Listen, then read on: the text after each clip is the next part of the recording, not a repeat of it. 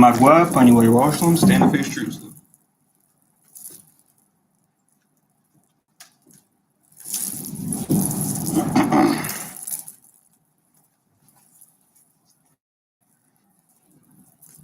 Blessing of the Sabbath.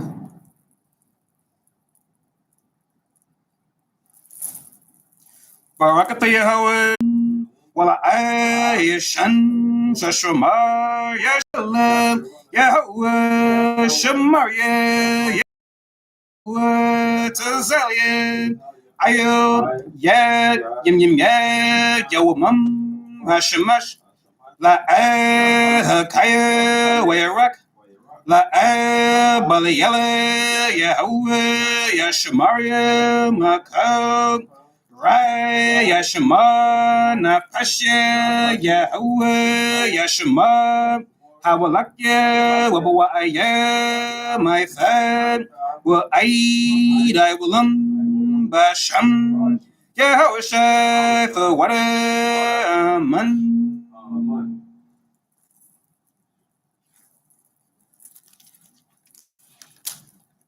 Psalm 121. I will lift up mine eyes unto the hills, from whence cometh my help. My help comes from the Lord which made heaven and earth. He will not suffer thy foot to be moved. He that keepeth thee will not slumber. Behold, he that keepeth Israel shall neither slumber nor sleep. The Lord is thy keeper. The Lord is thy shade upon thy right hand. The sun shall not smite thee by day, nor the moon by night. The Lord shall preserve thee from all evil. He shall preserve thy soul. The Lord shall preserve thy going out and thy coming in from this time forth and even forevermore. Amen. Amen. Shema Yasharallah, hero of Israel. Shema Yasharallah, Yahweh, Eloheinu, Yahweh, Echad. Shema Yasharallah, Yahweh, Eloheinu, Yahweh, Echad.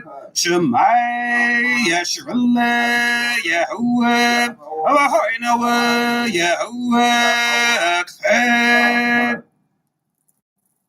Deuteronomy 6:4. Hear, all Israel, the Lord our God is one Lord. Amen. Amen. Tapula Yahweh, the Lord's Prayer. Abinawa Shabbat Shemayim Kodash Hayya Shanka Yahweh Malakwavka Taba'a Rotazawanka Hayya Aisha Baratazab Kabashamayim Mapamanawa Lakham Yawam Sad Wasalaklanawa Kabawapnawa Kasalaknawa Kabawat Yanawa Wala Abiyarnawa Oh Nisayawan Abo Hawashinawa Marakayan Laka Hamalakwa Wa Ala Wa Thapara Wa Walam Naman. Matthew 6:9. After this manner therefore pray, Our Father which art in heaven, hallowed be thy name. Thy kingdom come, thy will be done in earth as it is in heaven. Give us this day our daily bread, and forgive us our debts as we forgive our debtors. And lead us not into temptation, but deliver us from evil. For thine is the kingdom, and the power, and the glory, forever. Amen. Amen. Aisha Ramatazawak, the Ten Commandments. La'at, Yahayat, Lakat, Alahayim, Akarim, Alpanyat, La'at, Thaishad, Lakat, Paso, Wala'at, Thaibadam, La'at, Thalakwaka, Shamwab, Yahweh, Alahayakat, Lashawak, Zakat, Ath, Ayawam, Hashabath, La Kodashwab, Kabad, Abiyakab, Wa Amakab, La'at, Taratazak, La'at, Tana'at, La'at, Taganab, La'at, Thainad, Shakur, La'at, Takhamad, Kal, Asherat, Lara'ikab, Aman. Exodus 20:2. I am the Lord thy God, which have brought thee out of the land of Egypt, out of the house of bondage. Thou shalt have no other gods before me. Thou shalt not make unto thee any graven image or any likeness of anything that is in the heaven above, or that is in the earth beneath, or that is in the water under the earth. Thou shalt not bow down thyself to them, nor serve them. For I, the Lord thy God, am a jealous God, visit the iniquity of the fathers upon the children unto the third and fourth generation of them that hate me, and showing mercy unto thousands of them that love me and keep my commandments. Thou shalt not take the name of the Lord thy God in vain. For the Lord will not hold him guiltless that taketh his name in vain. Remember the Sabbath day to keep it holy. 6 days shalt thou labor and do all thy work. But the seventh day is the Sabbath of the Lord thy God. In it thou shalt not do any work, thou, nor thy son, nor thy daughter, thy manservant, nor thy maidservant, nor thy cattle, nor thy stranger that is within thy gates. For in 6 days the Lord made heaven and earth, the sea, and all that in them is, and rested the seventh day. Wherefore the Lord blessed the Sabbath day and hallowed it. Honor thy father and thy mother, that their days may be long upon the land which the Lord thy God giveth thee. Thou shalt not kill, thou shalt not commit adultery, thou shalt not steal, thou shalt not bear false witness against thy neighbor, thou shalt not covet thy neighbor's house, thou shalt not covet thy neighbor's wife, nor his manservant, nor his maidservant, nor his ox, nor his ass, nor anything that is thy neighbor's. Amen. Amen. Yeshua, be seated.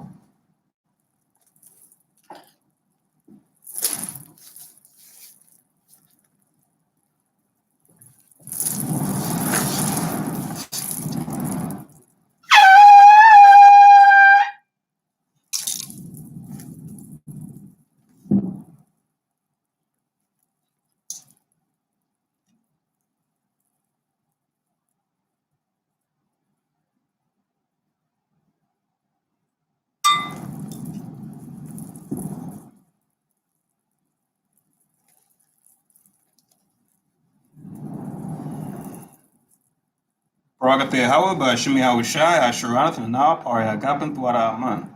Yahweh by Shemi Hawashai of Yashur.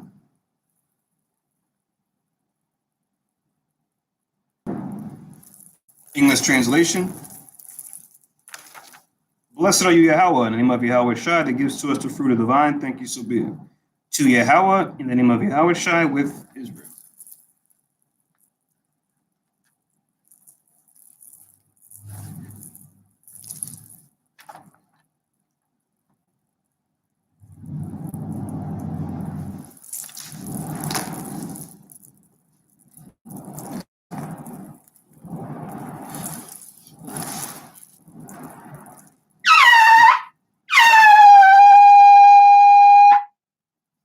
Amagwa, Panyawa, Rosh, stand up face cruise.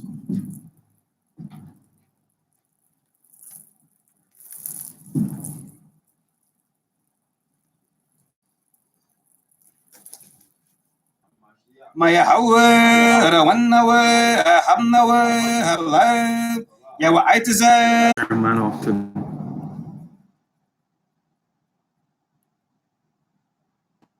All right, cool. Whatever happened, whatever you did worked.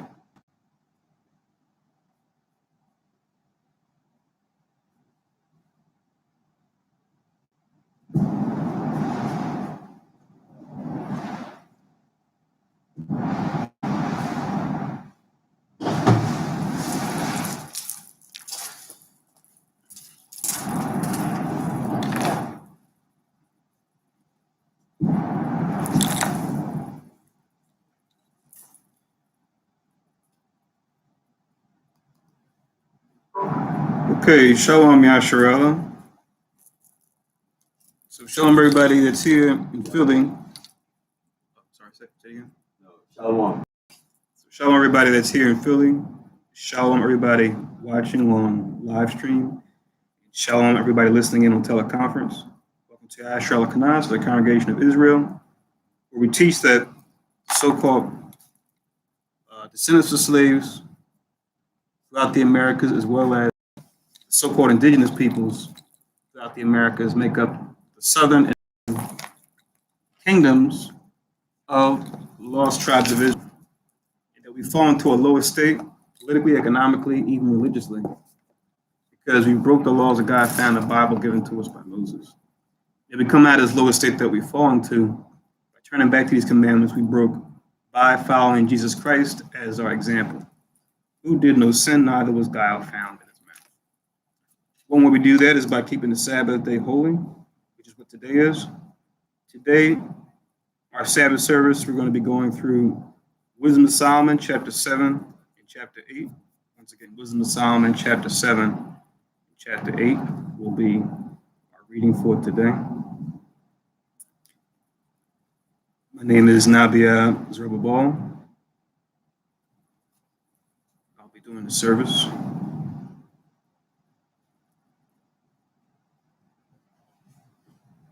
And for your notes, just put down that today, according to the Gregorian calendar, is February 22nd, 2020. But according to our calendar, it would be the 11th month and the 29th day.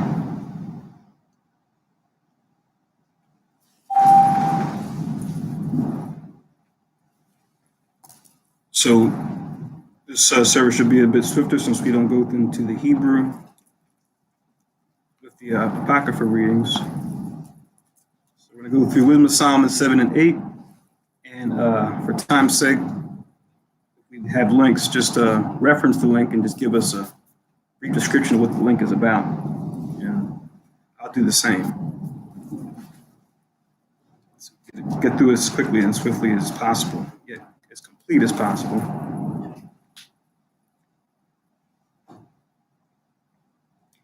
So, Wisdom of Solomon, chapter 7 and verse 1.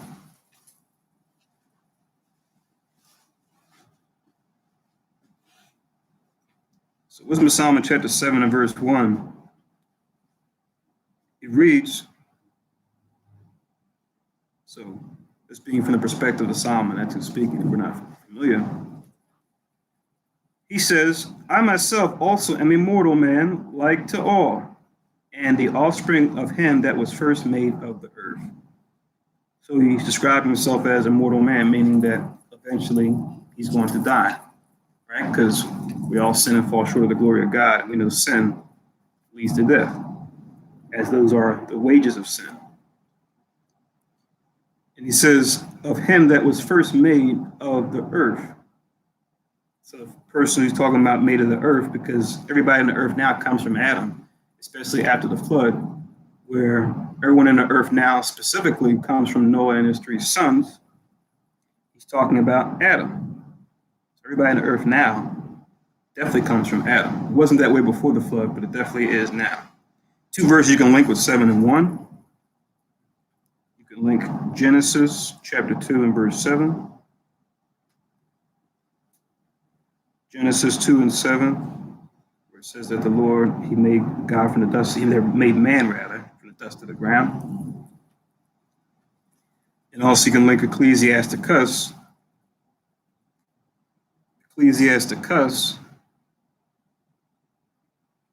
chapter 17 and verse 1 as well.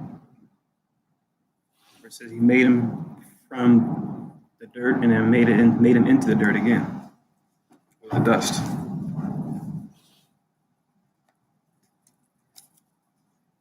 Reading on in verse 2, it says, and in my mother's womb was fashioned to be flesh in the time of 10 months, being compacted in blood of the seed of man and the pleasure that came with sleep.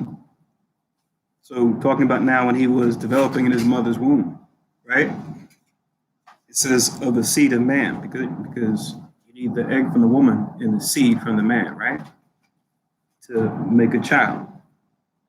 And it says 10 months. Don't be taken back by that, because remember, we're talking about how we told time, which using the lunar month on average is shorter than the solar month.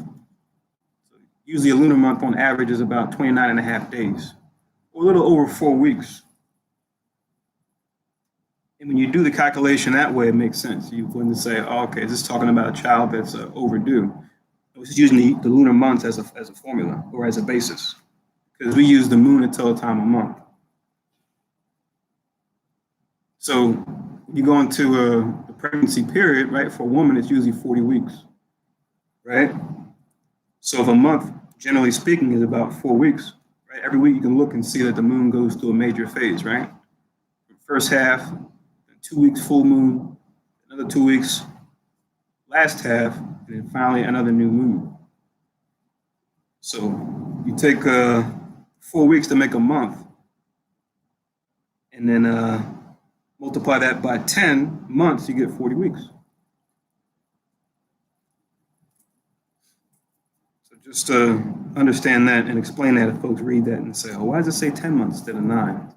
Just go into how it's using the moon as opposed to the sun as a basis for what time we are in the month. And those months tend to be a little bit shorter than solar months. So reading on in verse 3, it reads, and when I was born, I drew in the common air and fell upon the earth, which is of like nature. The first voice which I uttered was crying as all others do. Right? It's just like any other baby, right? He drew in the common air, he took his first breath, fell upon the earth, which is of like nature. Meaning now he's no longer in his mother's womb. Now he's dwelling in the earth just like everybody else, right? Which is of like nature because, like we read in the first verse, we were made from the dust, right? From dust that we are, and to dust we return. It says, and I uttered crying as others do, right? So he cried, as babies cry, right? Because they haven't been taught symbols and languages and sounds and things like that. They have to be taught that. Then it says in 4, I was nursed in swaddling clothes and that with cares. So when you go into swaddling clothes, they're like these strips of cloth, right, that you would wrap a child in to restrict their movement. Not all the time, but oftentimes they would do this for a child, especially if they felt the need to scratch at themselves, maybe their eyes, right, as they're trying to get familiar with, how to use their digits. So they would wrap them up in the swaddling clothes. This was done for Yahushua when he came in the earth. You can write down Luke chapter 2, verse 7, and also verse 12. Luke chapter 2, verse 7 and verse 12, where it says that for Christ as well.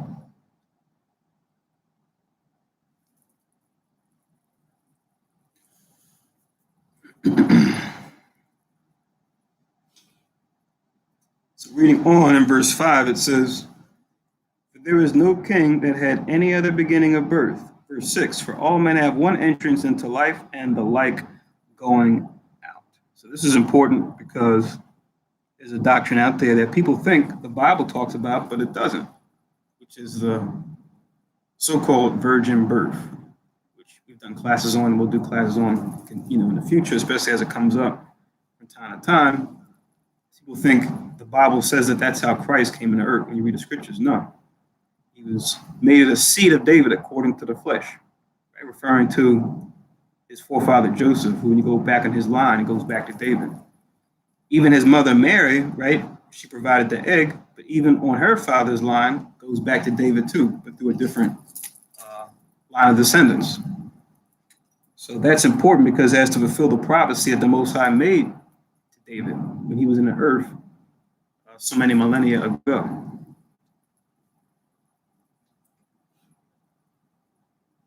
To link with verse 6, write down Job 1 and 21. Job 1 and 21. Also, you can write down 1 Timothy chapter 6 and verse 7. 1 Timothy chapter 6 and verse 7. They both go into how we brought nothing in the world, we take nothing out of it either. We come in the world naked, we leave naked. Once again, Job 1:21, 1 Timothy 6 and 7 to link with Wisdom of Solomon 7 and 6. In verse 7, it says, wherefore I prayed and understanding was given me. I called upon God and the spirit of wisdom came to me. So now Solomon is just prophesying what was done for him. We're talking about what happened with him, which we read in the history of the kings. So for verse 7, to read where this actually took place, 1 Kings chapter 3. 1 Kings chapter 3. You can start from 5 and then read down to 9. And As you go further down, it goes into what the Most High's response was and what the Most High said to him based on what he asked for. So 1 Kings chapter 3 and 5, where it goes into Solomon asking the Lord for wisdom. So you have to read that to get the background in verse 7. Reading on, it says in verse 8 and 9, I, Solomon speaking, preferred her. The her here is wisdom. Remember, it's not only male and female genders for animals and mankind. It can also be applied to other things too. As you see here with wisdom, it's referred to as a her, as far as wisdom being feminine. It says, I preferred her before scepters and thrones, and esteem riches nothing in comparison of her. Then it says in verse 9, neither compared I unto her any precious stone, because all gold in respect of her is as little sand, and silver shall be counted as clay before her. All these things that mankind values in the flesh that are considered worthy, compared to wisdom, because they have their glory in the earth, but compared to wisdom, their value is pale in comparison. It's like wisdom, to value wisdom compared to that, it's on a totally another level. So to link with those verses 8 and 9, you could link these verses where it pretty much says the same thing as far as wisdom being greater than physical wealth. Job 28. Job 28, you can write verses 15 to 19. Job 28, verses 15 to 19.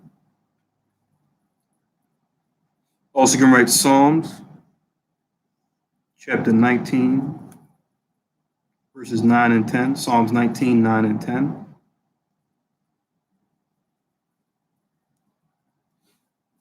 You can write Proverbs 2 and 4. Proverbs chapter 2 and verse 4. Also in Proverbs chapter 3,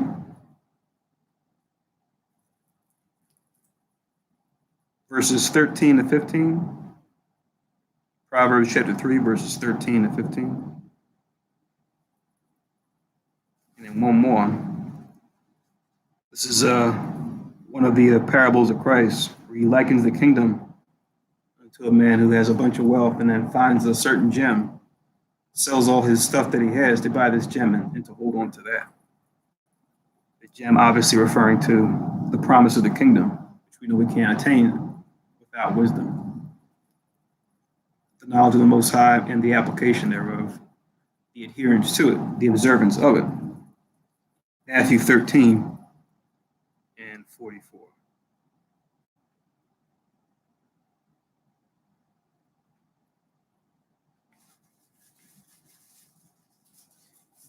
So back to Wisdom of Solomon 7, verse 10, it says, I loved her, Solomon loved wisdom, above health and beauty. It chose to have her instead of light, for the light that cometh from her never goeth out.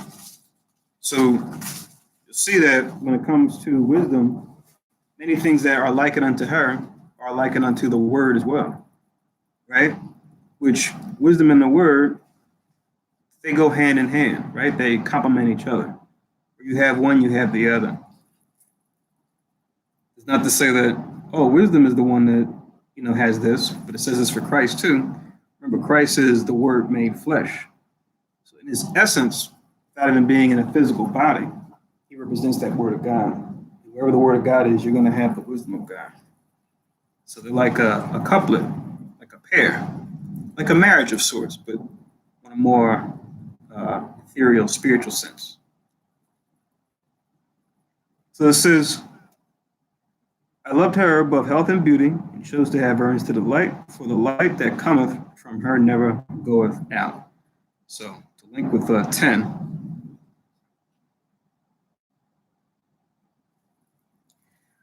you could write down, we're going to read it later on in this chapter, verse 29, Wisdom of Solomon 7:29, where it talks about wisdom being found being present before the light was even made.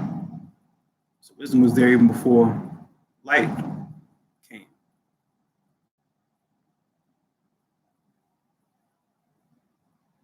I could read back in Genesis, right? It says, and the power said, let there be light. So, along with Wisdom Solomon 7 and 29, also Proverbs 4 and 20, Proverbs chapter 4, verse 20, down to 22.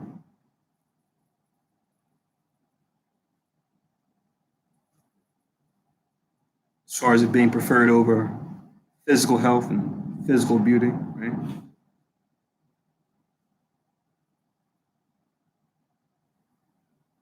Yeah, that's good. So Proverbs 4, 20 to 22.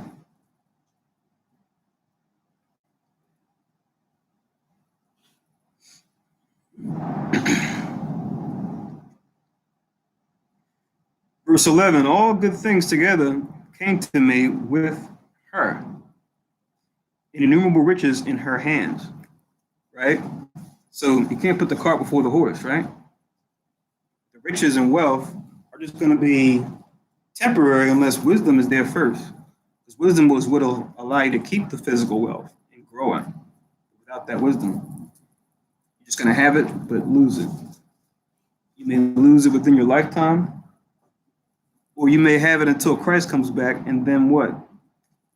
Give it to those who did right or who did righteously. Because all the riches that the Gentiles stole from us, they're going to bring right back to us, the chosen of God. And within the chosen, initially they're going to bring it back to the 1/3 that make it in. Because 1/3 of us are going to be delivered and be set up as the rulership. And the 2/3 that were destroyed of Israel are going to come back through the children of the 1/3. And read other scriptures. So to link, wait a minute. Yeah, to link with 11, Ecclesiasticus 51 and 28. Ecclesiasticus 51 and 28. And also you can write down Matthew chapter 6, 31 to 33.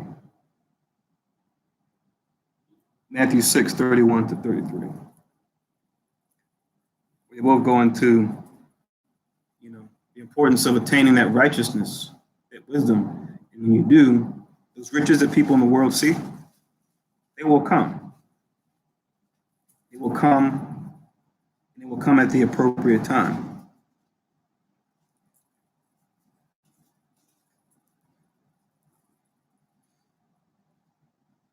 So reading on in 12, it says, and I rejoiced in them all, because wisdom goeth before them. I knew not that she was the mother of them. See that? So Solomon acknowledging, as this book is entitled, The Wisdom of Solomon, he's talking about what he's been given, how it's a gift, and how it's the key factor that set him apart from so many others for his riches. What Solomon's trying to emphasize is that the wisdom that I got from the Most High, that's worth even more than all the physical riches that I've been blessed with. Because, as they say in today's time, ball out. Who can ball out? Who's balled out more than Solomon from then till now, relatively speaking? No one like him. So if anyone can speak on having a lot of money, it's definitely him. You want to listen closely. 13, it says, I learned diligently, right? And that's one of the fruits of the Spirit, right? To be diligent, to be consistent in our pursuits, which is the fruits of the Spirit. We know are just the aspect of the tree of wisdom. Look at them as the fruits that grow on the tree of wisdom, right? Those are the fruits that the tree of wisdom will bear if you follow it, right? The fruit of faith, the fruit of diligence, the fruit of patience, et cetera, the other fruits that are there too. It says, I learned diligently to do communicate her liberally or freely. I do not hide her riches, right? So he makes sure to disperse, to teach, to be that example, to exemplify the wisdom that he knows, not to just hide it in a book somewhere and say, unless you come to me and pay me this money, then I'll show you these secrets. Or unless you join our club, I'll show these secrets to you, right? He says, no, this wisdom is freely given. That's what makes the knowledge of the truth so heavy. It's freely given, yet people cause to cast it behind their back. Yet the wisdom of this world that the elites hold in such high regard, they charge people top dollar to get it, right? People break arms and legs to get the secret knowledge that they have. Yet it's worthless. And a lot of it they already knew already. That's its own discussion, that's its own class to go into that comparison. So he does not hide her riches. So 7 and 13, you can link Ecclesiasticus, chapter 20, verse 30. You could also link Matthew chapter 5, 14 to 16. Matthew 5, 14 to 16.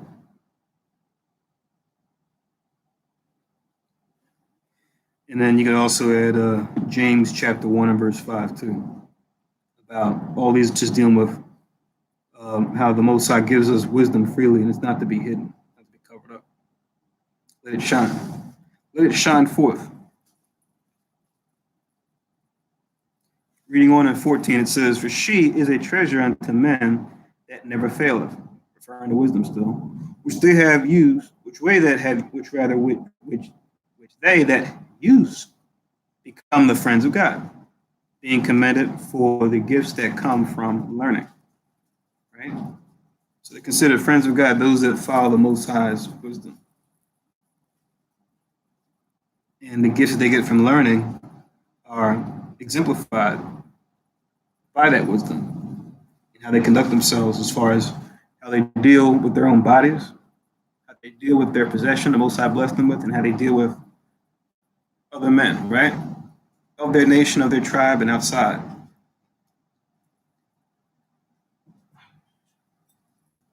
So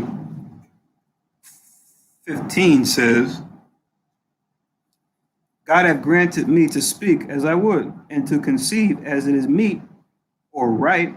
That's what you mean. That's when you see MEET here means right or appropriate. "For the things that are given me, because it is he that leadeth unto wisdom and directeth the wise." So him giving props to the Most High, him not patting himself on the back and going, "Yes, I'm the wisest of all. Worship me." No, he's saying worship the Heavenly Father who made me and gave me this ability. So to link with 7 and 15, as far as the Most High directing the wise, he really directs everybody, even those that follow wickedly. They just have a different fate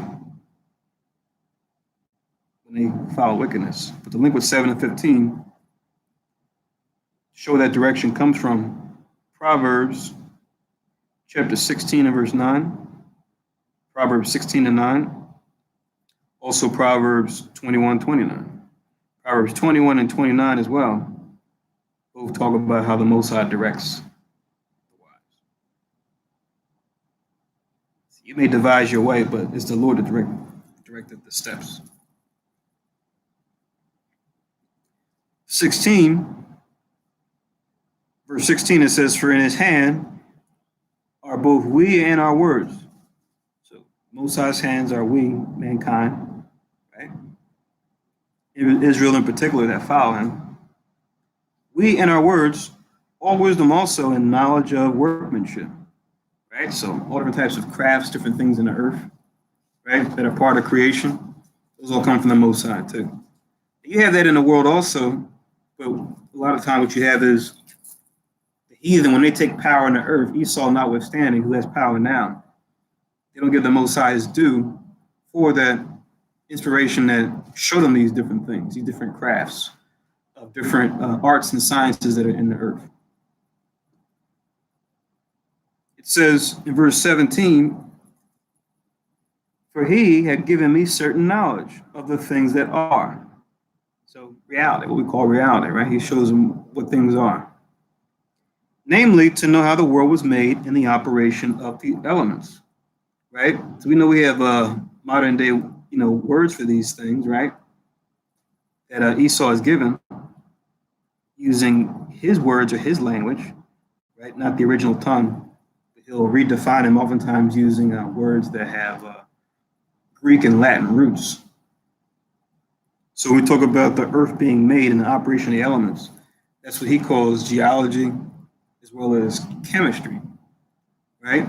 So Solomon had an insight into these things, being given his knowledge directly from the Most High. Whereas in the world today and in the latter times, most men only focus on one particular thing, right? And then they even get their focus even more narrowed into a certain field, right?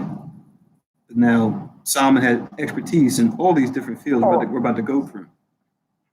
So it includes geology as well as chemistry, what we call geology and chemistry today. Reading on in verse 18, it says, the beginning, ending, in the midst of times.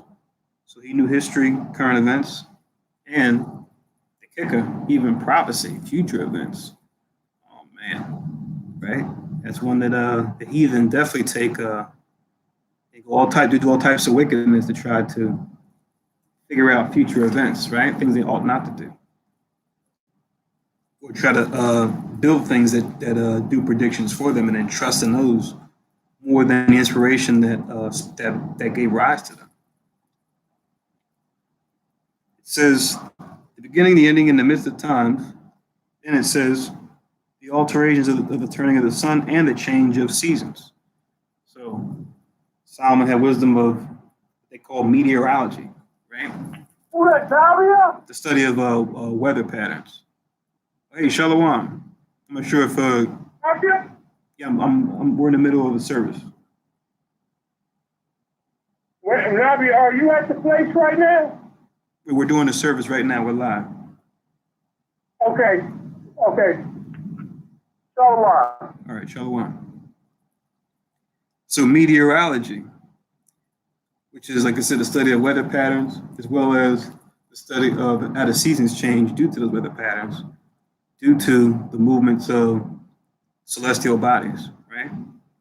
We know winter and spring, the sun moves a certain way, right, to cause the changes of the seasons. So Solomon had insight into that.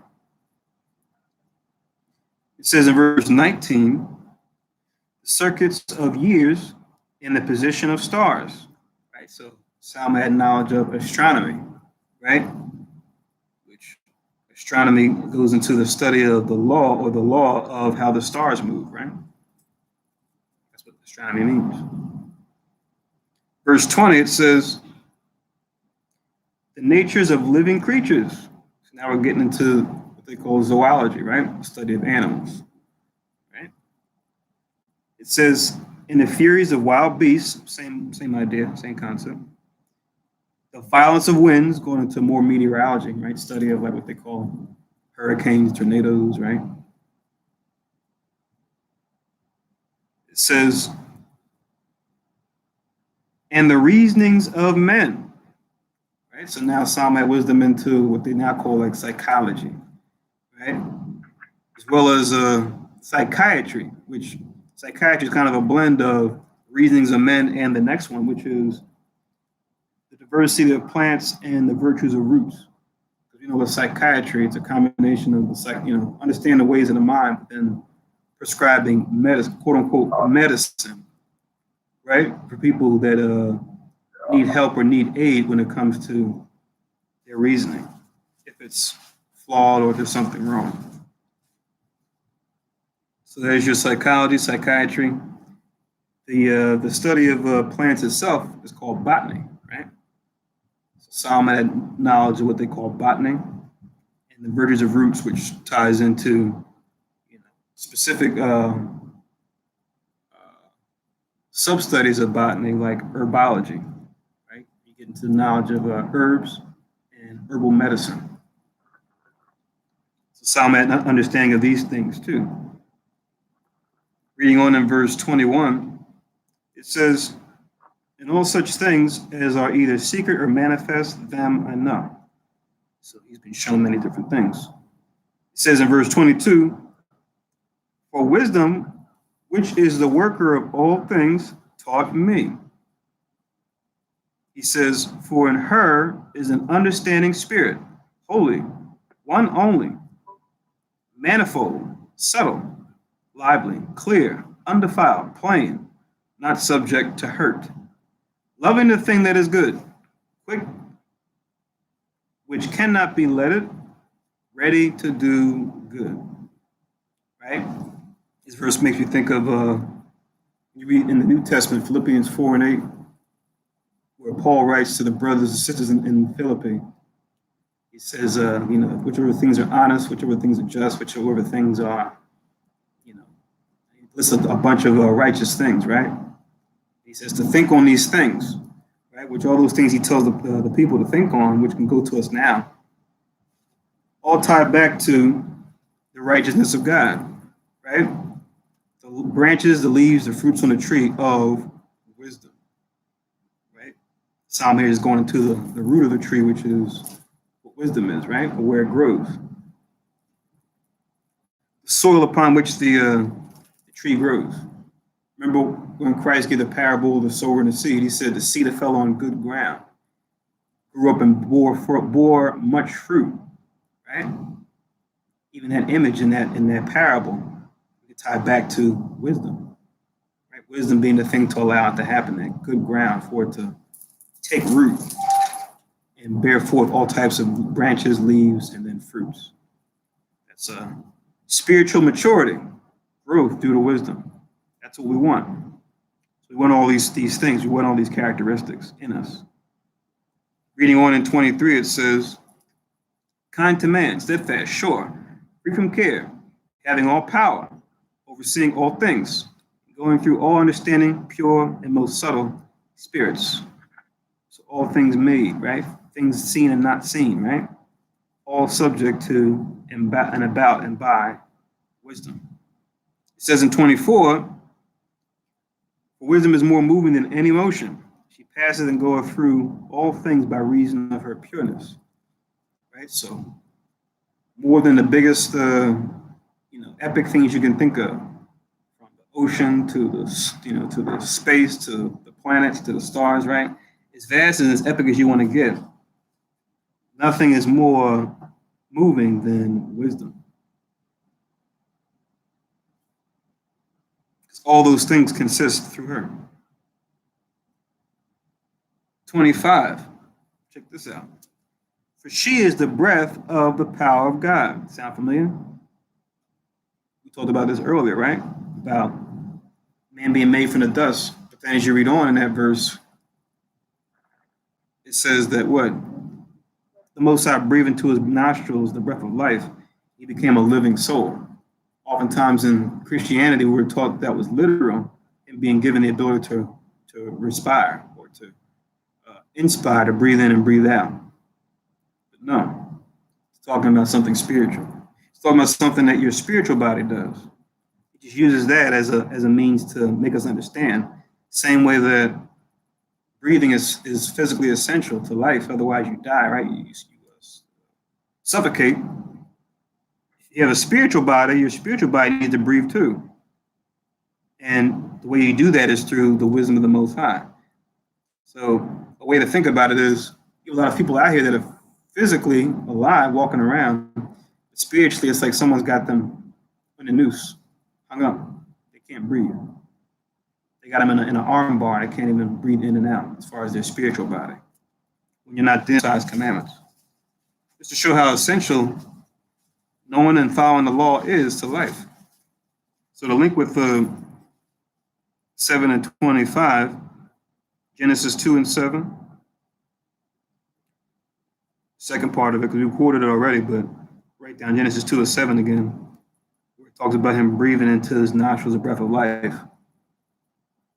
And then also you can write down, because another vision speaks on this, one that the prophet Ezekiel had.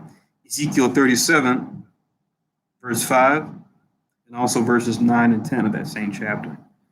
So Ezekiel 37, verse 5 and verse 9 and 10 is the famous vision that he had of the valley of dry bones. You see that same imagery the Most High is using when he showed him that vision. And he told Ezekiel to breathe upon these slain that they may live, right? It's the same concept. Give them the law, statutes, and commandments so that their spirit can truly be alive.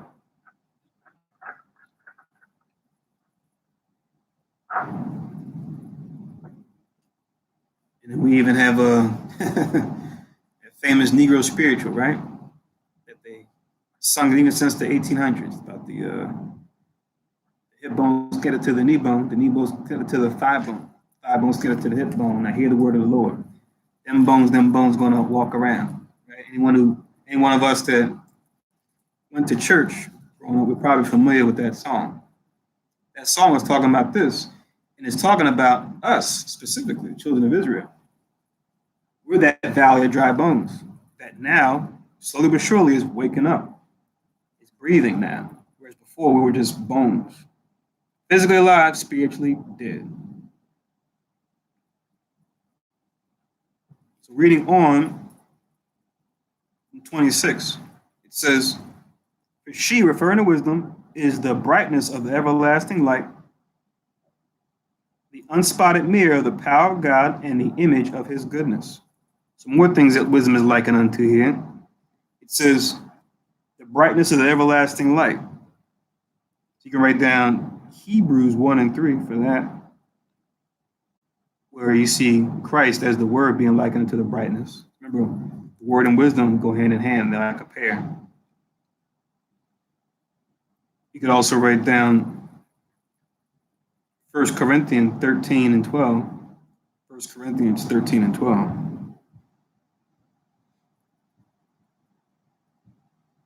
Where it talks about seeing through a glass darkly, but then face to face.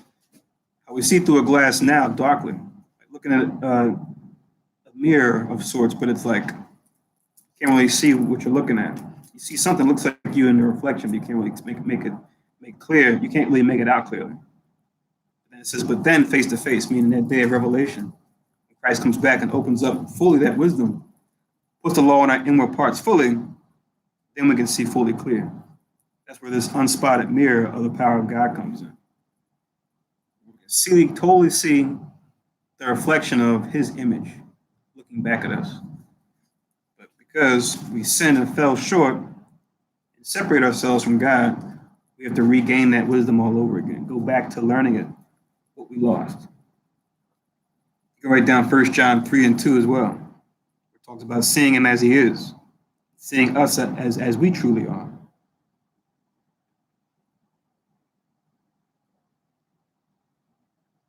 Then it says the image of his goodness, right? Us being made in his image after his likeness. Genesis, you can write down 1 and 26. Because, we oftentimes physically just think of it as, okay, we have arms, legs, a head, right? But it goes deeper than that. It deals with what? Being made in the image according to the wisdom of the Most High, Christ, and the other powers. It's more than just the shape. That's part of it, but it goes deeper. When it talks about being made in his image after his likeness, after their likeness. Genesis 1:26. Also, 2 Corinthians chapter 4 and verse 4. 2 Corinthians 4 and 4, where the word there too is likened unto the image of God, as wisdom is likened unto the image of God here. First, 2 Corinthians 4 and 4 also. Verse 27, it says, and being but one, she can do all things, and remaineth in herself. She maketh all things new, and in all ages entering into holy souls, she maketh them friends of God and prophets. So all of our famous forefathers that we should look up to, wisdom is what set them apart in different ways. Whether it was Adam, whether it was Enoch, whether it was Noah, right? Abraham, Isaac, Jacob, the list goes on, right? That's what made them friends of God and prophets. says in 28, for power loveth none but him that dwelleth with wisdom. Right? So this is how we attain that love from the Heavenly Father. It has to be through his wisdom. We can't say that we love God, that God should love us, and we're not even beginning to follow his ways. Now, sis, you're just talking to the air now. That's why the scripture talks about what? Him that turned his ear from hearing the law. It says his prayer shall be abomination. Which means something that's utterly detested. That's a hard pill for a lot of folks to swallow because they feel like I can just pray to the Most High and just do whatever I want in my body. Yeah, you can, but will it be received? Are you even making an effort to try to do what the Most High said according to his word? To link with 7 and 28, you can write down Psalms chapter 11 and verse 7, where it says the Most High loved the righteous. Psalms 11 and 7. Also, you can write Proverbs 15 and 9. Proverbs chapter 15 and verse 9 as well.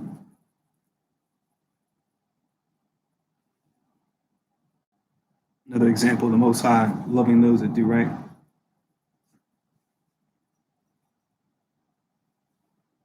So yes, he loves Israel. He especially loves Israel doing righteously. Israel that follow after the heathen, while he still loves as a nation, they have to be punished. Because he made it very clear, if you don't keep my commandments, you have curses to look forward to. Reading 1 and 29, it says, she is more beautiful than the sun, and above all the order of stars. Being compared with the light, she is found before it. See, that's what we were referring to earlier. It was talking about the Solomon preferring wisdom over the light. This is important too, because a lot of the strange nations, and even our people that follow the strange nations out here, from ancient times up until now, they worship the creature more than the creator, which in Romans, the first chapter, we're told not to do that. They worship things made of man's hands, as opposed to he who made those great things, those epic things like the sun, the moon, and the stars. But the other nations make them into idols. We shouldn't do that. Let wisdom be the thing that you seek after. And through wisdom, you then find the Creator, and you realize it's important to worship the Creator, not things that are made, that are created.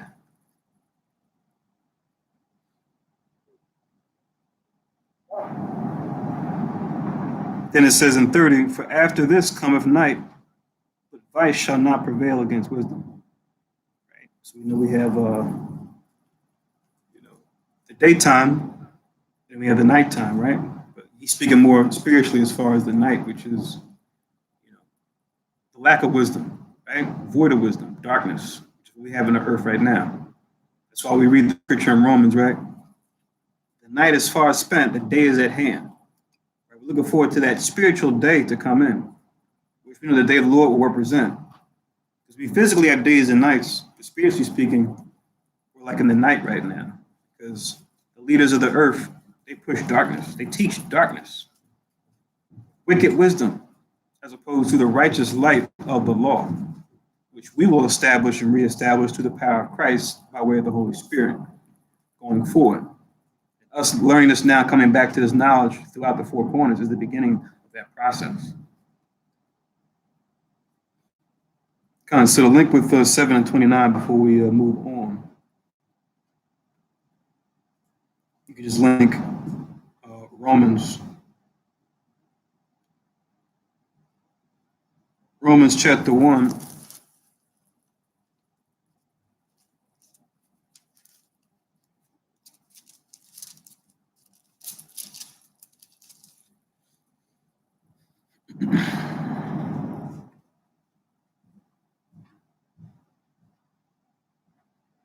In 25. So Romans 1 and 25.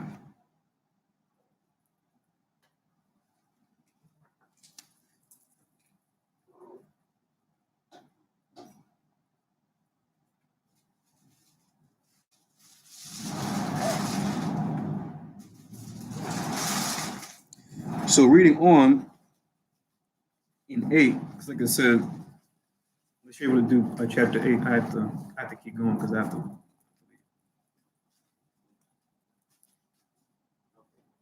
You able to do 8? Because I have to let you leave right now. I'm late now. So this is Wisdom of Solomon, chapter 8, in verse 1. And it reads, Wisdom reacheth from one end to another mightily, and sweetly doeth she order all things. So we read in the previous chapter, wisdom going through all things, in all things, right? He says, I loved her and sought her out from my youth. I desired to make her my spouse, and I was a lover of her beauty, right? So like we're talking about before, that camaraderie between wisdom and the word, right? One could say we see it's being spoken on here because I know we talked about it in the class last night as far as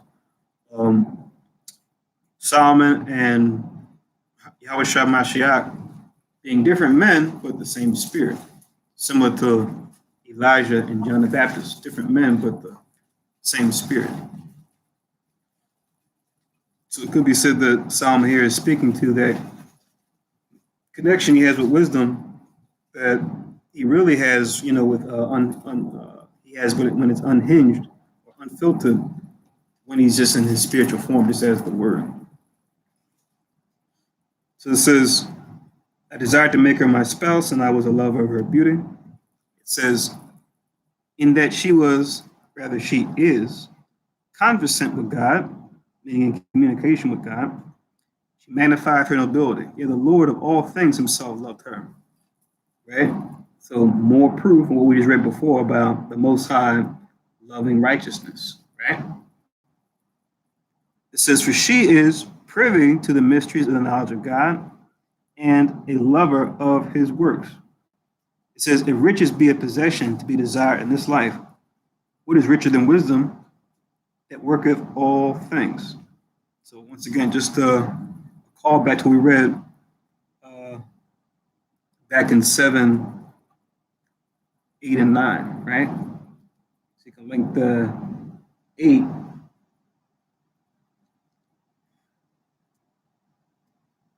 and 5 with chapter 7, 8, and 9, same thing. They're pretty much going into the same thing. He's just reiterating here.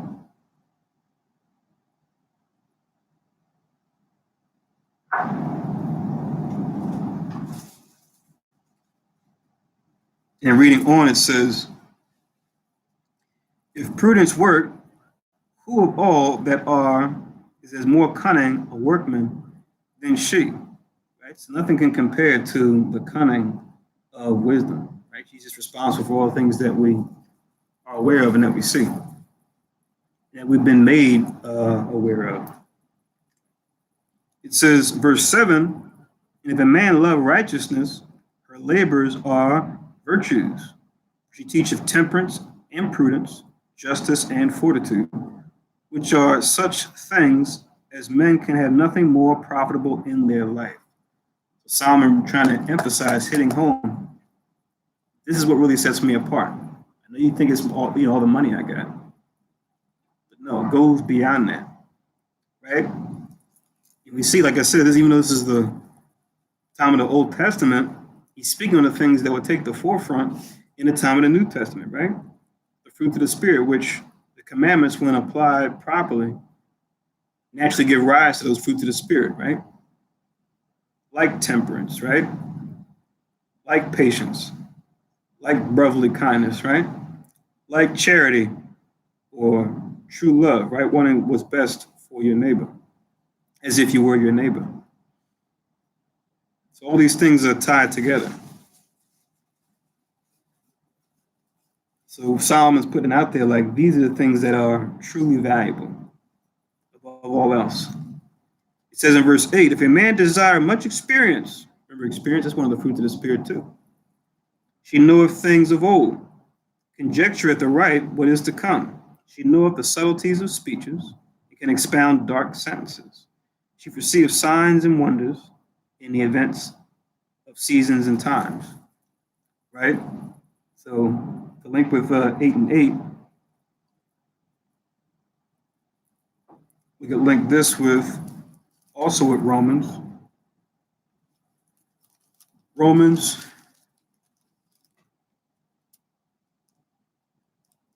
chapter 5,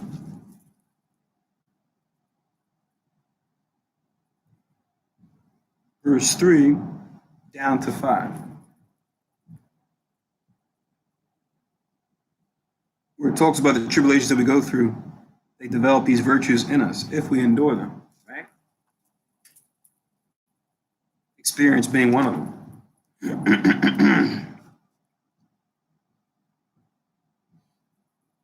And also link with verse 8, Ecclesiasticus, which this particular chapter, when you read the beginning of chapter 39, it goes into the man is given unto the law of the Most High, all the things that he's been shown. You can link Ecclesiasticus 39 and verse 3, where it says he'll be shown grave sentences, he'll be conversant in dark parables. Right? Where we talked about the milk of the scriptures, right? The basic knowledge. Once you attain that and master that, then you can deal with the meat, which the meat goes into the dark parables and sayings, right? This is where Christ oftentimes taught dark parables and sayings.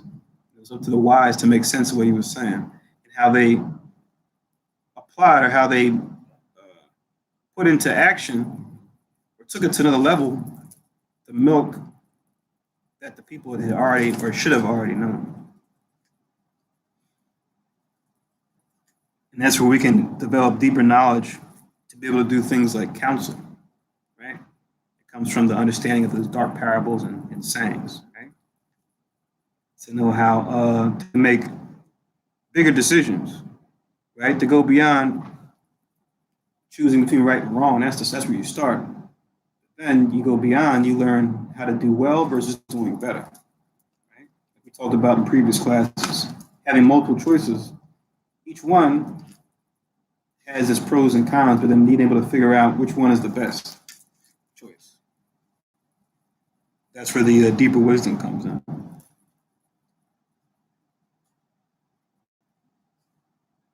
Reading on in verse 9, it says, "Therefore I purpose to take her to me to live with me, knowing that she would be a counselor of good things and a comfort in cares and grief."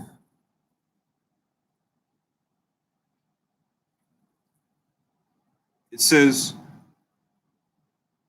"For her sake I shall have estimation among the multitude, and honor with the elders, though I be young." Right? Remember, he was a young man when he first was blessed with the wisdom of the Most High, right? So he had more wisdom than even those that might have been twice his age at that time, right? As he made that request into the Most High, that he be blessed with wisdom. To link with this, we touched on it before, but we can just write it down again. To link with chapter 8 and 10, you could link 1 Kings chapter 3 and verse 7. 1 Kings chapter 3 and verse 7.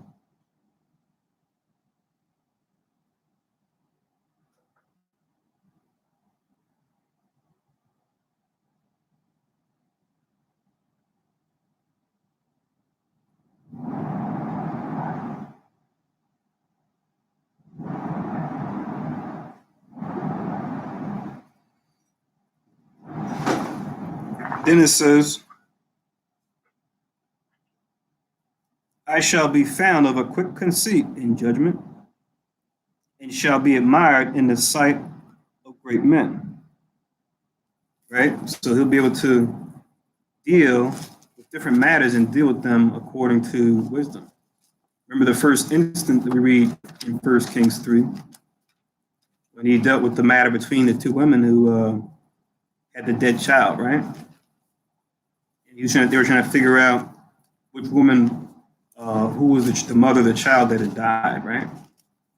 And then him understanding, human nature, he said, okay, divide the child in half, since both of you are trying to claim that the child is yours. And then the woman that said, oh, no, give it to the other woman. And then he had another woman that said, fine, divide it in half. He knew right there, the woman who said for her child to go to the other woman, he said, this has to indeed be the mother, right? Because a mother's love for her child, right, would even cause her, in this case, to be with the child as long as that child can be alive, even without her, right? So he knew just on that response, this indeed has to be the mother of the child, right? As opposed to the other woman who was just careless. When you read 1 King chapter 3, it's actually like the whole section kind of starts at 15 and 16 actually, but you just write down verse 28, where it just talks about Israel after seeing Solomon deal with this matter the way that he did. They saw that the Spirit was in him to do judgment, to handle different matters that would come down the pike. They knew they could trust his judgment to deal with situations as they arose. So 8 and 11 link 1 Kings 3 and 28. Even though the story starts in 15, it's a really good read. Write down 1 Kings 3 and 28. So back in Wisdom of Solomon, let's read on.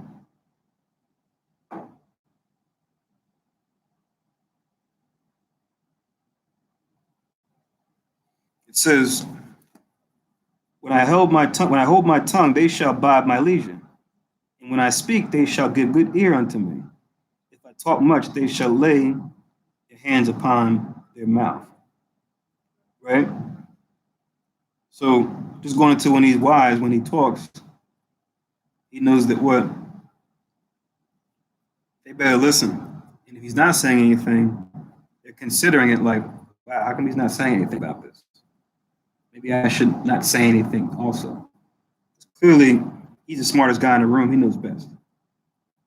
Right? So that's what he's pretty much saying here as far as how they deal with him because of this wisdom, right? And the reverence they show towards him because of the wisdom that he has and the wisdom that he's exercising. Right? You can link with these. Job 28.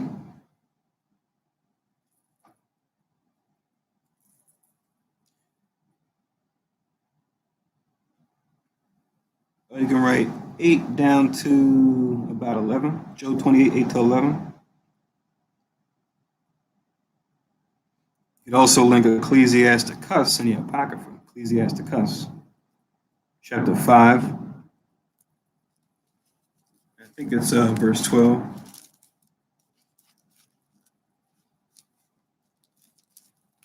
Where it says, if you have an answer, answer. But if you don't, put a hand over your mouth. Don't just use a bunch of filler if you don't know what you're talking about. Just keep silent. Just say, you might need to talk to someone else. A common example I like to use in today's time that people can probably relate to is asking for directions. It's probably been a time when you ask someone for directions, and because they in their heart, they want to help, but they may not know how to get there. They'll try to help you best they can. What they're telling you is not really making much sense, or it's not really clear, right? To where sometimes you might have to stop them and go, I appreciate you trying to help, but maybe could you just leave me to somebody or somewhere that wouldn't have. You'd be better serving me and yourself by doing that. They'll try to wing it. Say, oh yeah, you want to do this and go as far down. You want to see the McDonald's at the corner, and then you're going to make a left, but there's a little side street. It's like, okay. Versus the person who knows, they're going to be pretty sharp. You're going to see it in their body language. Okay, you're going to have 4 lights. You're going to see this place. You're going to make a left. You're going to have so much distance. Make a right. Look for this thing here. It's going to be right on your right side. So lay a hand on your mouth. Lead them somewhere take them somewhere else that they may know. Or, since knowledge shall be increased, right? We're in the information age, like Daniel prophesied. Pull out your phone, pull up Google, ask them what the name of the place is, ask them what city it's in. That way you can know you're pointing to the right one. Use the technology at your disposal. If you don't know, just say you don't know. It's okay. At least as far as the Most High is concerned. Depending on the setting, when you deal with certain men, depending on the setting, they penalize you for not knowing. Yet they tell you there's no dumb question. So it's hypocritical. So Ecclesiasticus 5 and 12 also. Let's continue on in verse 13. Wisdom of Solomon 8 and 13.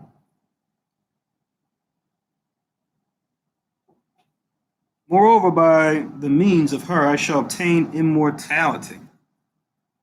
This is how we live forever. We never were supposed to die. How about that? It's like a normal thing to die at a certain age, and then depending on your belief, you may live on in a certain form, right? Or another. Or to some people, that's it. But you talk about not dying, the first things folks think about, at least in the West, is like, oh, he's some kind of vampire or something. That's what pop culture told us about, being immortal. You're some kind of, vampire, some otherworldly creature or something. As men and women, we weren't supposed to die. We were supposed to live on because we're only supposed to eat of the tree of wisdom, the tree of life. When we started dealing with the tree of knowledge of good and evil after being tempted, that's what cut our lifespans down. So we were better back then. Whereas the heathen will tell you that, people are living so much longer now because of technology. No. People were living way longer back then because of righteousness.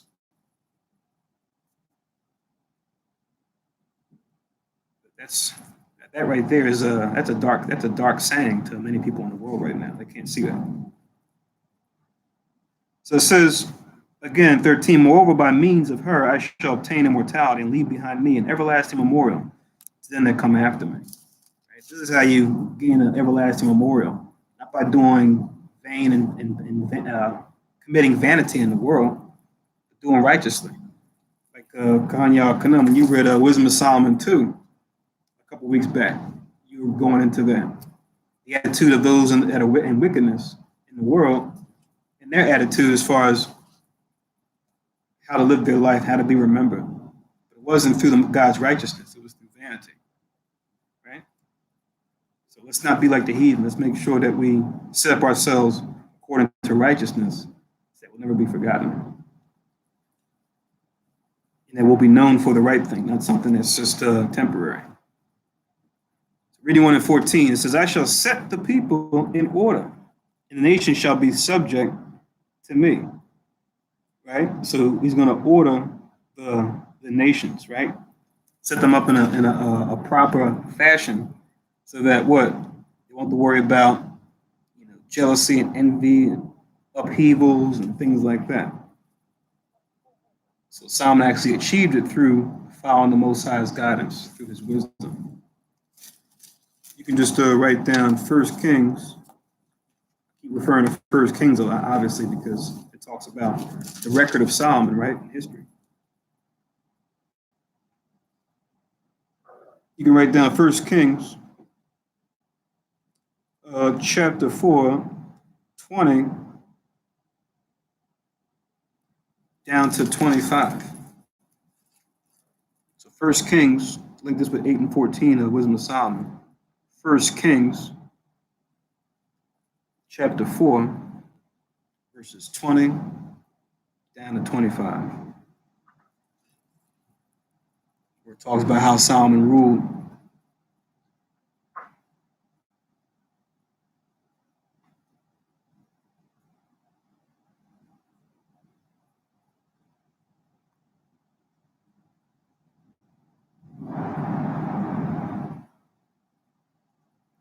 So reading on, it says,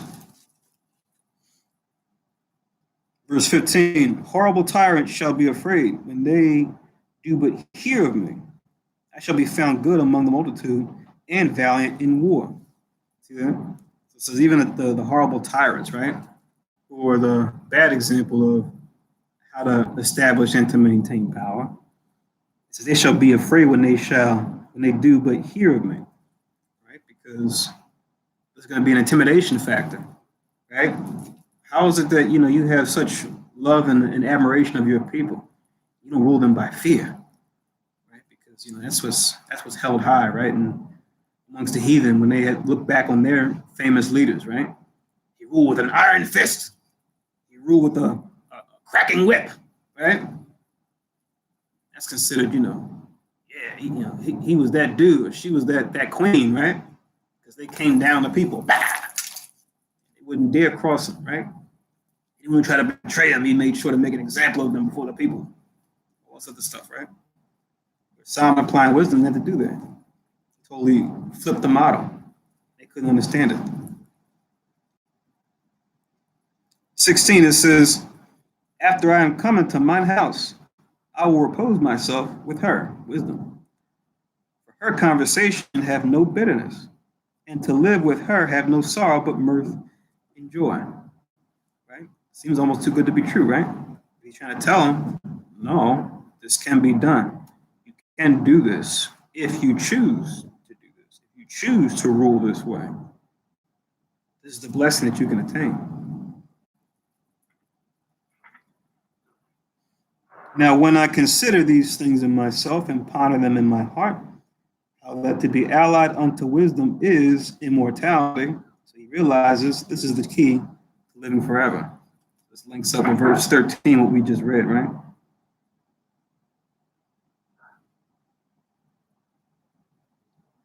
So link 17 with 13. And then you could also link, sorry, 1 second.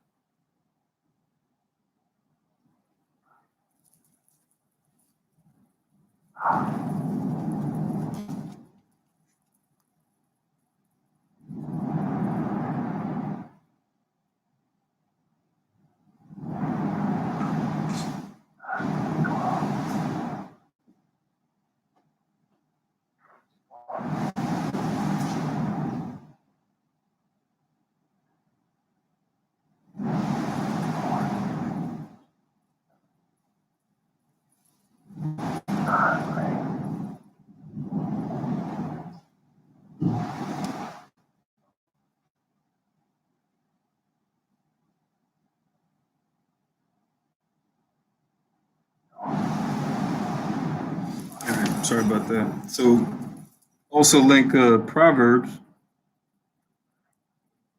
chapter 3, verse 18.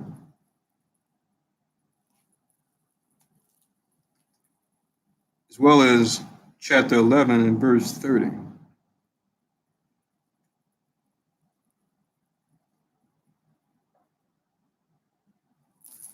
Three and 18, 3 and 30 going into how when you follow this wisdom, she becomes that tree of life unto you.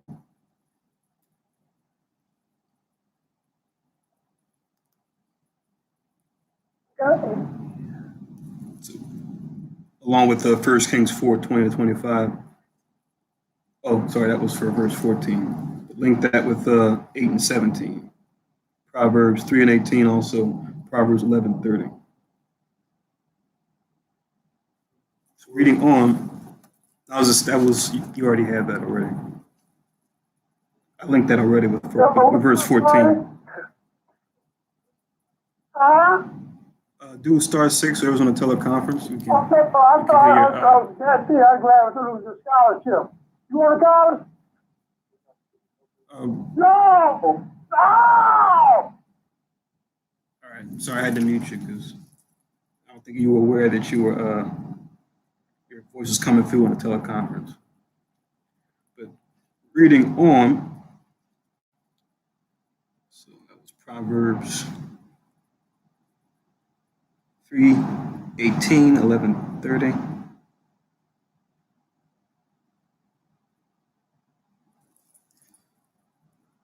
says, and great pleasure it is to have her friendship, wisdom's friendship, and in the works of her hands are infinite riches, like we read in the previous chapter, and in the exercise of conference in her prudence, and in talking with her good report. I went about seeking how to take her to me, right? So Solomon's first wife, right? As men in the truth, and even as men in the world, when you mention Solomon, King Solomon, the first thing men usually bring up is, oh, he had many wives. Yes, yes, yes. Right? So many wives and could afford it. But how often do we talk about his wife, his first wife? Wisdom. Now that was the thing that truly made him great, his marriage to her. Once he committed adultery in that marriage, thus began his downfall. Right? When he was supposed to be dealing with the Most High as the husband, him being the wife, him and the nation of Israel. And then being that example, he then led them astray by building idols to false gods because his strange wives requested so. So his wife, wisdom, that's the one we should focus on. It says in verse 19, for I was a witty child and had a good spirit. Remember, because just because you're young doesn't mean that you should be dumb. You should still seek after wisdom. You should still not just say and do any old thing and just say and then blame it on youth, right? Watch out for that. That can be very tempting. There's nothing wrong with having fun as a youngster, but at the same time realize that you're going to be held accountable for things that you say and do, even when you're younger, especially if you've been given the edification, you've been given the warning. So link this with 19 real quick. Write down Ecclesiastes.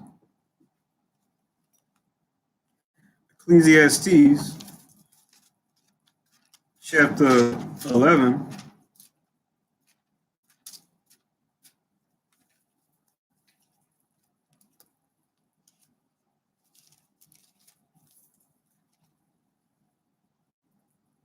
Verse 9 and also verse 10.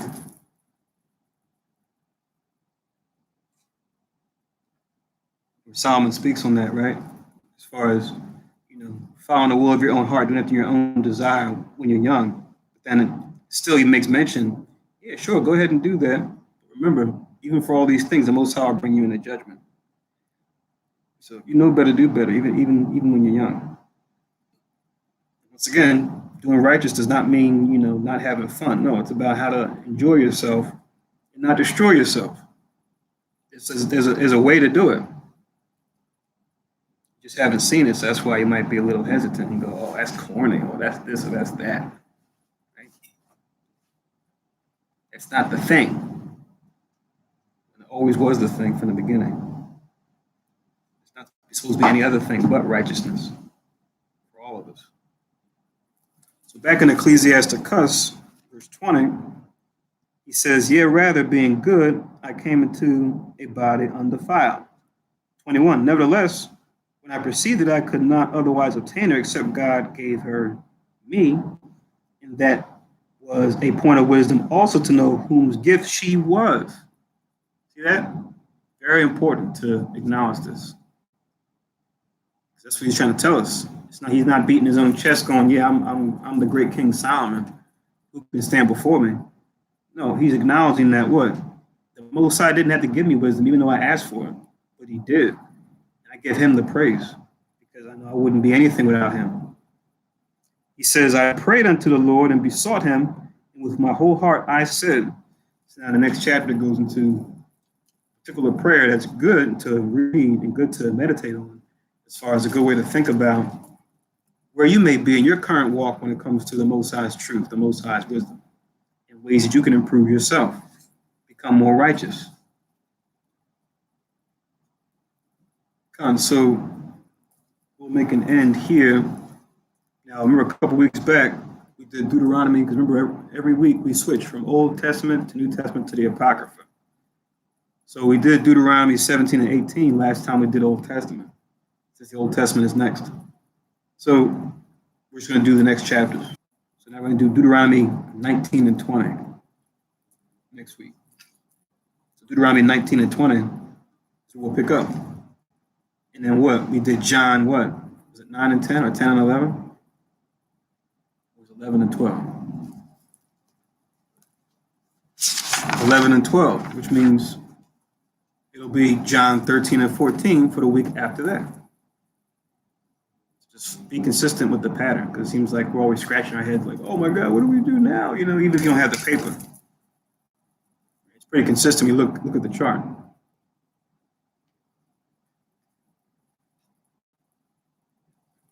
Definitely study that during the week. That way, when you come to the service, you can be prepared, and you can even ask other questions that go maybe deeper into the reading if you weren't familiar. So you're not hearing it for the first time and then turn the Sabbath service into a class, right? So we should have already been asking about it the week before. We should have already been asking about it before. I remember. Thank you. Say again. Deuteronomy 19 and 20, since we just did 17 and 18, right? I'm not sure. I'm asking what's the next week's class? Right, it's going to be 19 and 20 at Deuteronomy. We just did the Apocrypha, so we're going back to the Old Testament. Then the week following, we'll do the New Testament. And we'll do the Apocrypha again. Okay, that's the pattern. Yeah, and it's always the next two chapters. Sometimes it may be three if they're very small, but usually it's the next two chapters.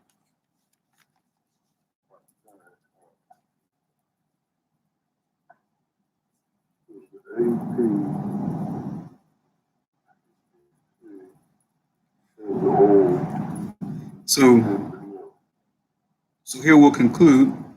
Also remember too, we're in the 11th month and the 29th day of the month.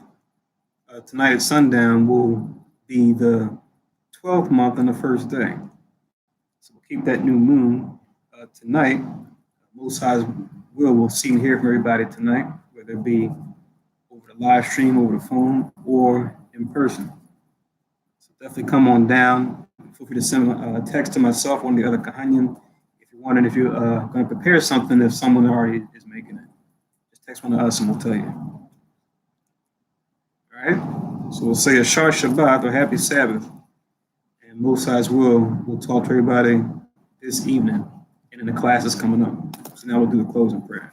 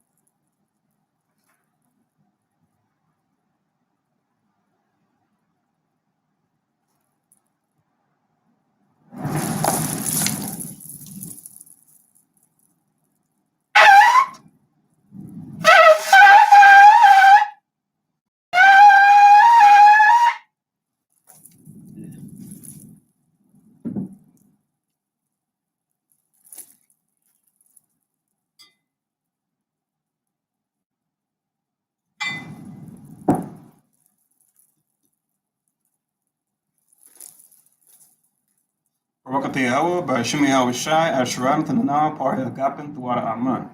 La Yahweh, Ba'ashim Yahweh Shai, Av Yasher Allah.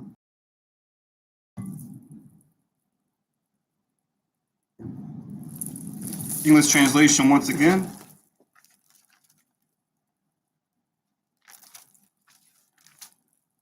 Blessed are you, Yahweh, in the name of Yahweh Shai, that gives to us the fruit of the vine. Thank you, so be it. To Yahweh, in the name of Yahweh Shai, with Israel.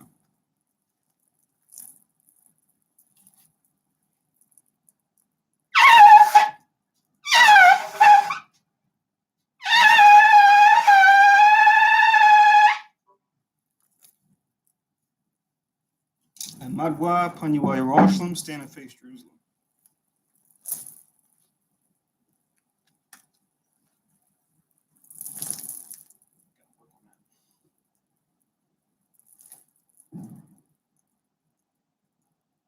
Yahweh, Ba'ashem, Yahweh Shai, Babakushai, Shemad, Lanawa, Aita, Yemyan, Aitha, Shalak, Ma'aka Allah, Alahayim, Tazadakim, La, Shamar Ayel, Barak, Rapah, Magan, Wa Chazayak, Banya, Yasha'ala, Wa Shalak, Lanawa, Rabiim, Kakama, Rabiim, Ta'aif, Rabiim, Bayana, Rabiim, Sabalanwa, Rabiim, Amawan, Rabiim, Aqua, Rabiim, Ahabiim, Rabiim, Haganah, Rachanaya, Wasalak, Kau, Katsayanawa, La Akim, Wa Akiwa, Wiyasha'ala, Tamyad, Waiwalam, Ba'asham, Yahawashah, Tuwara, Aman.